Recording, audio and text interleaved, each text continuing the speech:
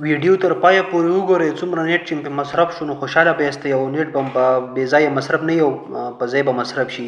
ویډیو تر پایه پورې وګورئ ډېرې بې ځایه ویډیوګانې مو تل کتلي وي نن دا په ځای ویډیو وګورئ څه به ترې زده کړئ او په راتلونکي کې مو په کار راشي.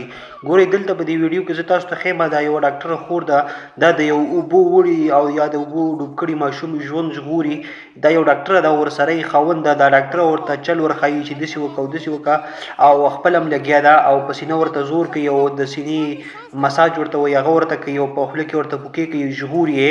زه تاسو ته په دې کې یو لوی عبرت ښیم یو لوی مثال درته ښیم. ګورئ ښه د یو تعلیم یافته او د بېسواده او د یو بېسواده او د یو باسواده څومره فرق وي. ګورئ دلته دا زموږ یو ډاکټر خور ده چې دې سواد کړی دی تعلیم یافته ده ډاکټره ده نو دا د ډېرو سړو نه په دې ښه ده چې دلته د یو ګوره د یو اوبو راوړي ماشوم ژوند ژغوري په دې ویډیو کې او دا د سیند په غاړه باندې پروت و کورنۍ او د خلکو پلار او مور ټول ورته چغې او بغارې وهلې چې هلک مړ سو. نو دا ډاکټره یا سیالګره ده د لرې ښار نه راغلې وه او دلته چې د حالت ولیده او خلکو ته یې ویل چې د ماشوم راوړئ دلته یې واچوئ چې راوړو وګورئ ورته چې اوس ورته په خوله کې بوکې کوي او ساه پکې راځي. ښه دا ویډیو اخرنۍ ده خو د ویډیو اولنۍ تاسو دلته کتلی شئ. ګورئ ښه چې د دې ډاکټرۍ په برکت باندې د دې سواد په برکت باندې په دې ماشوم کې ساه راغله. وګوره ښه چې زموږ او ستاسو د ډېرو بې سواده خلکو په نظر باندې او په نسب باندې دا مړ ماشوم و خو دا را ژوندی شو. وګورئ ورته ښه د دې په کومک باندې د دې په مدد باندې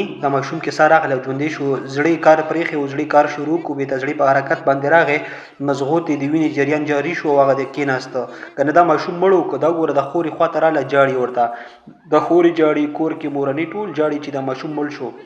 زمونږ او ستاسو خلک اکثر همدغسې د لاسه ځي چې بې سواده خلک ورته راغونډ سوي. د امیر ته وګوره د امیر راغی ګوره چپړې ویستې دي لیونی په شانتې راغی ږیره یې پرېښې ده صرف ماشوم یې د خپو نه ونیو که دا وایي ولاکه هېڅ هم کړی وی نو زه په دې وخت کې وایم چې توف نالت دې وي د الله تعالی قهر او عذاب دې وي په خړسنو او په ببرسرو او په زیړخښتګو ملایانو باندې دې وي. توف نالت دې وي په زیړخښتګو سپږنو ملایانو باندې توف نالت دې وي په تکبر کوونکو په لوی کوونکو او ښځې ته په ټیټه سترګه کوونکو ملایانو باندې د الله تعالی نالت او عذاب وي.